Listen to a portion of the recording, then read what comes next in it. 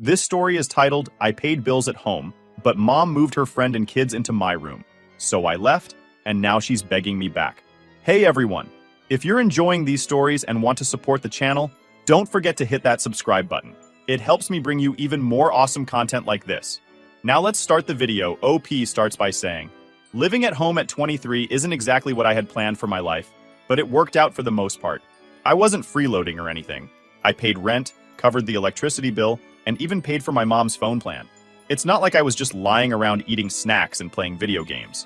Honestly, the deal was pretty good. I had my own space, got home-cooked meals, and could focus on my freelance work without worrying too much about big expenses. I had even turned my room into a mini studio for my content creation gigs, which I was hoping would take off soon. Everything was fine until my mom's best friend Kelly moved in with her 2 kids. I wasn't thrilled about it, but I understood the situation. Kelly was going through a nasty divorce, and her husband, according to my mom, was a complete jerk. They needed somewhere to stay, and our house was their best option. I thought it would be temporary, just a few weeks until Kelly got back on her feet. At first, they stayed in the guest room, and it wasn't a big deal. Sure, the kids were a little loud, but I just closed my door and put on my headphones. It wasn't ideal, but I could manage. The guest room wasn't huge, but it was enough for Kelly and her kids to crash in for a while. I figured that was the arrangement, and I didn't give it much thought. That changed fast. One day, I came home after running some errands and noticed something weird right away. My door was open, and I could hear kids laughing inside. When I walked in, I couldn't believe what I was seeing. My bed was covered in toys, my desk chair was moved, and one of the kids was on my computer. My studio setup, my expensive microphone, lighting, and camera was shoved to the corner of the room like it didn't matter. Kelly's kids were running around like they owned the place, and all my stuff was just out of place. I yelled, "What the hell is going on?" Probably louder than I should have, but I was in shock. My mom walked in and immediately started scolding me, like I was the one out of line. She said, "Calm your tits, it's not a big deal. The kids needed more space and your room is the biggest. It's only fair." Fair? My room? The one I was paying rent for? I told her I wanted them out of my room immediately, but she brushed me off like I was being ridiculous. "They need to be comfortable," she said. "You're being selfish." Selfish? I couldn't believe what I was hearing. This wasn't about comfort. It was about respect. My room wasn't just a place I slept in. It was where I worked. My studio setup had cost me over $3,000, and it wasn't something I could just throw into a corner and ignore. I explained all of this, but my mom wasn't having it. "They're just kids," she said, "and they want to play on your computer. Stop making such a fuss." I shut that idea down immediately. "No way are they touching my equipment," I said. "If anything happens to it, I'm screwed." That's when Kelly chimed in. She said, "Oh, come on. They're just curious, and you can't blame them. Maybe if you weren't so uptight, they'd listen to you." I was stunned. Uptight? I wasn't uptight. I was trying to protect my stuff. Stuff I worked hard for. I told her flat out that the kids weren't allowed to touch my things, and if they did, I'd hold her responsible. That didn't go over well. She called me selfish too, and my mom agreed with her. It was like I was suddenly the bad guy in my own home. After that first blow-up, things in the house got tense. I couldn't believe my mom and Kelly were siding against me, especially when I was the one paying rent, but I figured they'd realize how ridiculous this was after they calmed down. The next day, I tried talking to my mom again. I explained how much my studio equipment meant to me, not just financially, but professionally. Freelancing isn't just some hobby, it's my job. Without my gear, I couldn't do my work, and replacing it would take me months, maybe even years to save up for. I told her, "Mom, I'm not trying to be a jerk, but this isn't fair. I'm paying rent for that room, and you just gave it away without even asking me." Her response? "You're being dramatic. It's my house, and I decide what happens in it." I was stunned. "Your house? I pay rent. I'm contributing here, not just squatting for free." She shrugged like it didn't matter. "The kids need space. Your brother's room is too small, and your sister's room is full of her things. Besides, your room has all that fancy stuff and they like it better." I couldn't believe what I was hearing. My siblings, both 15, had rooms that were perfectly fine. Sure, my brother's room was smaller, but it was big enough for 2 kids. My sister's room was almost as big as mine, and honestly, she barely used it since she was always out with her friends. But my mom wouldn't even consider it. "The kids love your room because it's cooler," she said. "All your fancy gadgets make it more fun for them." Fun? This wasn't about fun. My room wasn't some playhouse for Kelly's kids to mess around in. It was where I worked, where I relaxed, where I lived. I told her, if they break anything, are you going to replace it? Because I can't afford to. That's when Kelly chimed in again. Oh, stop being so paranoid. They're kids, not monsters. If you'd just let them play, they'd probably leave your stuff alone, I snapped. Let them play? On my $3,000 setup? Are you serious? No way. Kelly rolled her eyes and said, you're being selfish. This is a hard time for us, and you're making it all about you. At that point, I couldn't take it anymore. I turned to my mom and said, if they're staying in my room, I need to move my stuff out. I can't risk them damaging it. She laughed, actually laughed, and said, where are you going to put it? There's no space anywhere else. So I'm just supposed to let them trash my stuff? I asked, my voice rising. How is that fair? My mom just shook her head. Life isn't fair. You're an adult.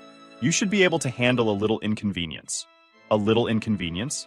Being kicked out of my own room wasn't a little inconvenience. It was disrespectful. I was paying rent for that space, and now I couldn't even use it. And on top of that, I wasn't allowed to go into my room anymore. My mom said it was their space now and that I had no right to barge in. For the next few days, I tried to stay out of the house as much as possible. I'd hang out at coffee shops trying to get work done on my laptop, but it wasn't the same. Without my studio setup, my productivity tanked. I was falling behind on deadlines and my stress levels were through the roof. I tried one last time to reason with my mom. Look, I said, I'll make a deal. Let me move my setup into the guest room and they can stay in my room. That way, I can still work and they can have the space they need. She didn't even think about it. The guest room is too cramped for all your stuff. You'll just have to wait until Kelly gets back on her feet. How long is that going to take? I asked, frustrated. She shrugged. As long as it takes. You don't get to set deadlines for other people's struggles. I couldn't believe this was happening. It wasn't like I hated Kelly or her kids. I understood they were going through a rough time, and I was willing to help. But this wasn't helping. It was enabling. Kelly wasn't paying anything to stay with us, and now I was basically being pushed out of my own life to accommodate them. Later that night, I overheard Kelly talking to my mom in the kitchen. She was complaining about me, calling me selfish and immature. She said, he doesn't even understand how hard this is for us. He's just being a brat. My mom agreed, saying, he's always been stubborn. He'll get over it. That was the final straw. I realized they didn't care about me or my situation.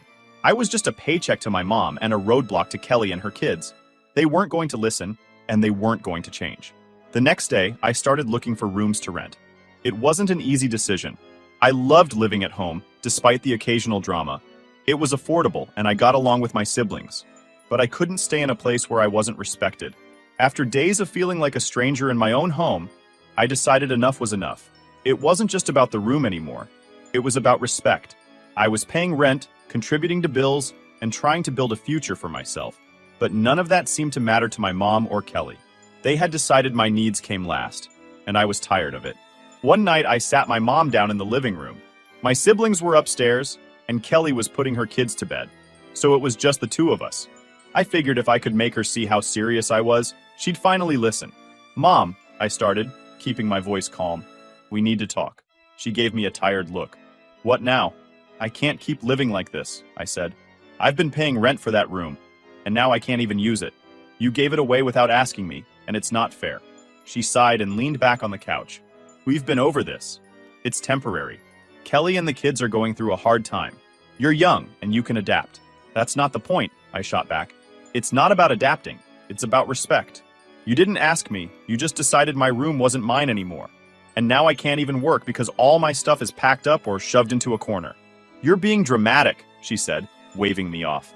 This is my house, and I get to decide what happens in it. That line again. Every time she said it, it felt like a slap in the face. If this is your house, I said, then why am I paying rent? If you're going to treat me like a guest, maybe I shouldn't be paying anything at all. Her eyes narrowed. Don't you dare pull that. You know I need your help with the bills. Then treat me like I matter, I snapped. You can't take my money every month and then turn around and tell me I have no say.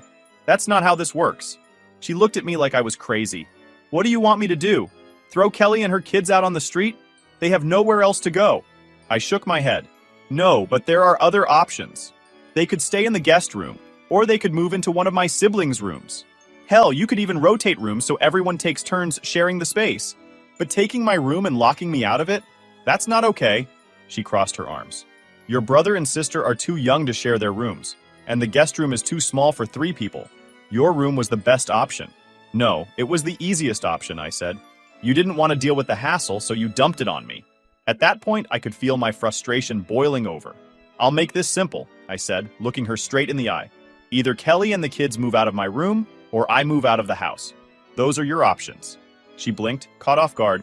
"Don't be ridiculous. Where would you even go?" "I've already started looking for rooms to rent," I told her. "If you're not going to respect me or the fact that I'm paying to live here, then I'll find somewhere else to live." She scoffed. "You're bluffing. You can't afford to move out." I leaned back and crossed my arms. Try me. The next few days were tense. I didn't bring up the ultimatum again, but it hung in the air like a storm cloud. My mom didn't take me seriously, which just made me more determined. I spent every spare moment scrolling through rental listings, messaging landlords, and figuring out my budget. It wasn't going to be easy, but I knew I could make it work if I cut back on non-essentials. Meanwhile, things at home were worse than ever. Kelly's kids had turned my room into their personal playground, and I couldn't do anything about it. I wasn't even allowed to step inside without someone throwing a fit. Once I tried to grab a few things I'd left behind, a pair of headphones and some books, and Kelly snapped at me.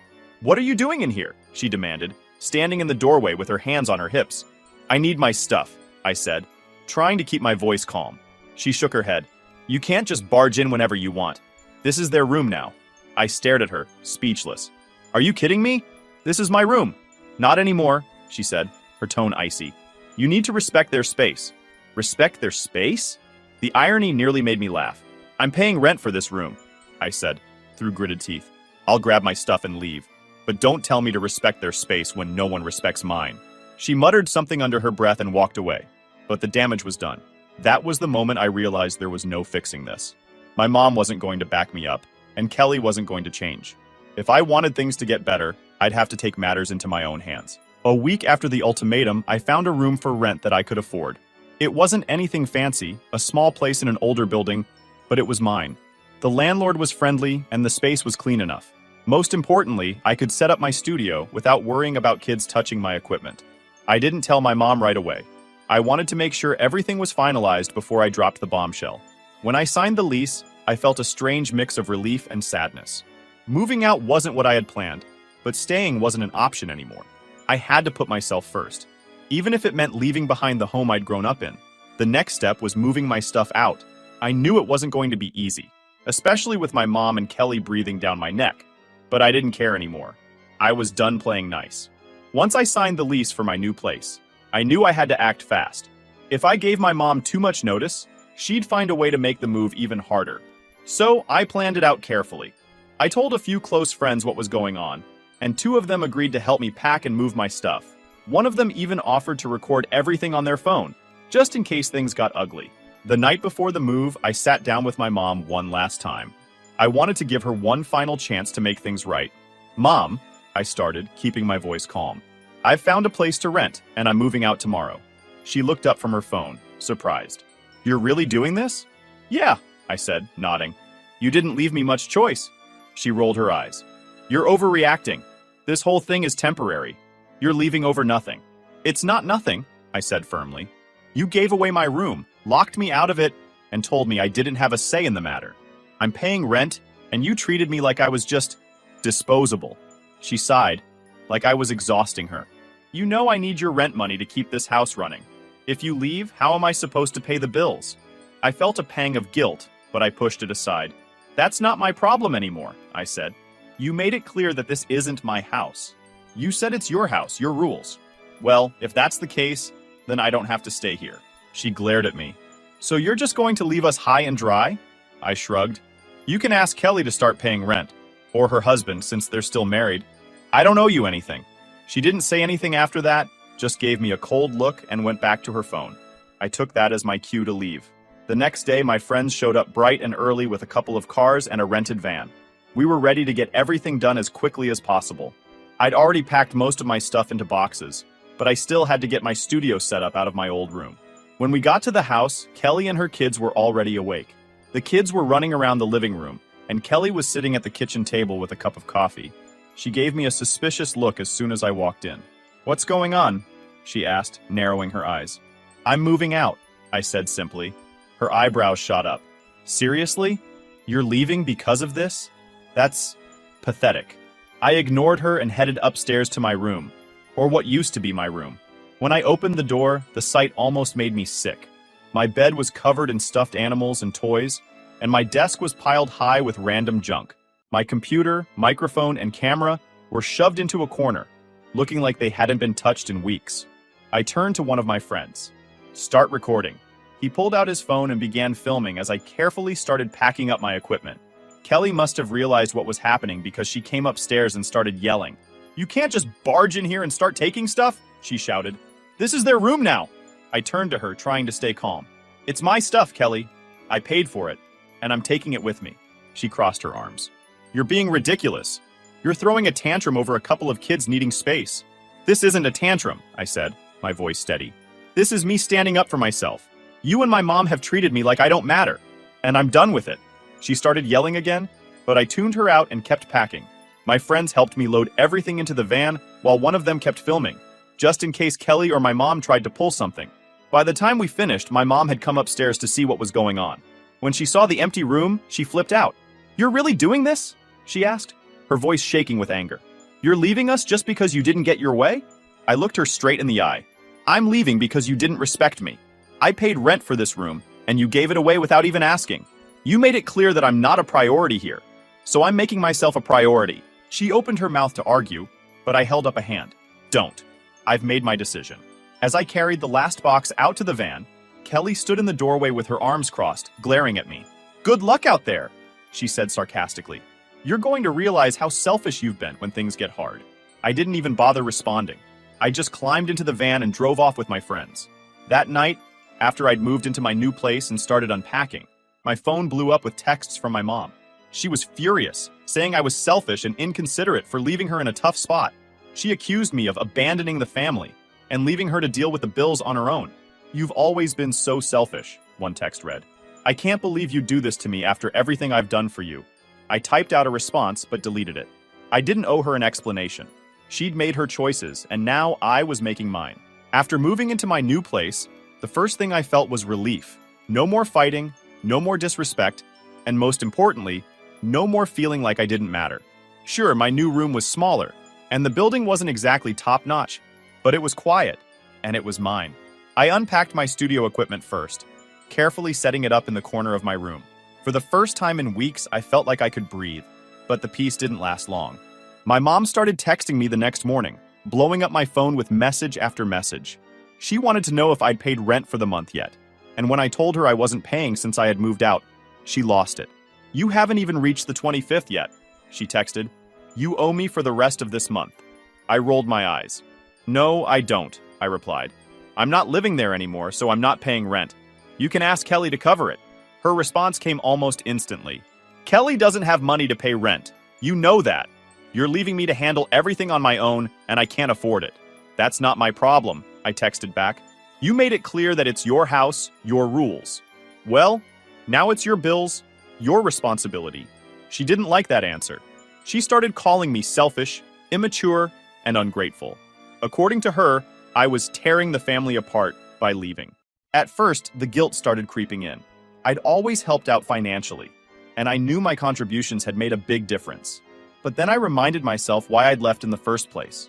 My mom had treated me like I was disposable, so why should I feel bad for putting myself first? The next week, the guilt trips turned into anger. My mom sent long, rambling texts about how I was ruining everything. One text read, "You've embarrassed me.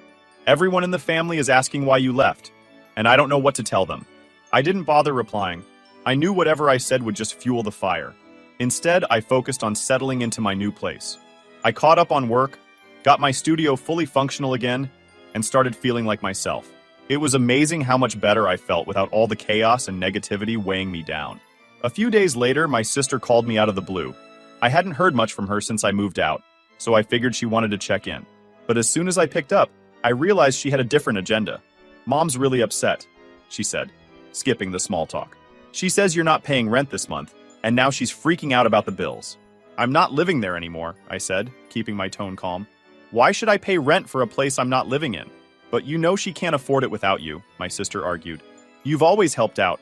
Why stop now?" "Because she didn't respect me," I said bluntly. She gave away my room, locked me out of it, and treated me like I didn't matter. I'm done being taken advantage of. My sister sighed. It's not that simple. Kelly's going through a lot, and Mom's just trying to help. I get that, I said. But why does helping Kelly mean screwing me over? I was paying rent for that room. I had every right to keep it. She didn't mean to screw you over, my sister said weakly. She's just stressed. So am I shot back. But no one cared about that when I was being pushed out of my own room. She didn't have much to say after that. We talked for a few more minutes, mostly about her school stuff, and then hung up.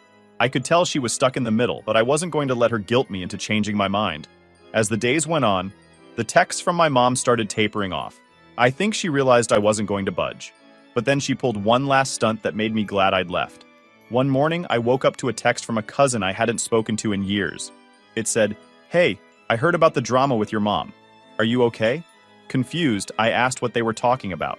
That's when they sent me a screenshot of a Facebook post my mom had made. In it, she painted me as the villain, claiming I'd abandoned her and the family during their time of need. She left out the part where she gave my room away, of course, and made it sound like I'd left out of sheer spite. I was furious. It was one thing to argue with me privately, but airing our dirty laundry online? That was too far. I didn't respond to the post, though. I figured it wasn't worth the effort. Let her play the victim if that's what she needed to do. I knew the truth, and so did the people who actually mattered. Now, a month later, I'm fully settled into my new place. My work is back on track, my stress levels are way down, and I'm finally starting to feel like myself again. My mom still texts me occasionally, but I keep the conversations short and stick to neutral topics. I've learned to set boundaries, and I'm not letting her guilt trip me anymore. Do I feel bad about leaving? Sometimes, yeah. It sucks that things had to end this way, but I don't regret my decision. I deserve respect, and if my mom couldn't give me that, then I had to find it elsewhere. Moving out was the best thing I could have done for myself, and I'm not looking back. Was I the a-hole for leaving and refusing to pay rent for the rest of the month? I don't think so. I tried to be reasonable, but my mom made it clear that I didn't matter as much as Kelly and her kids. At the end of the day, I had to put myself first. If that makes me selfish, so be it.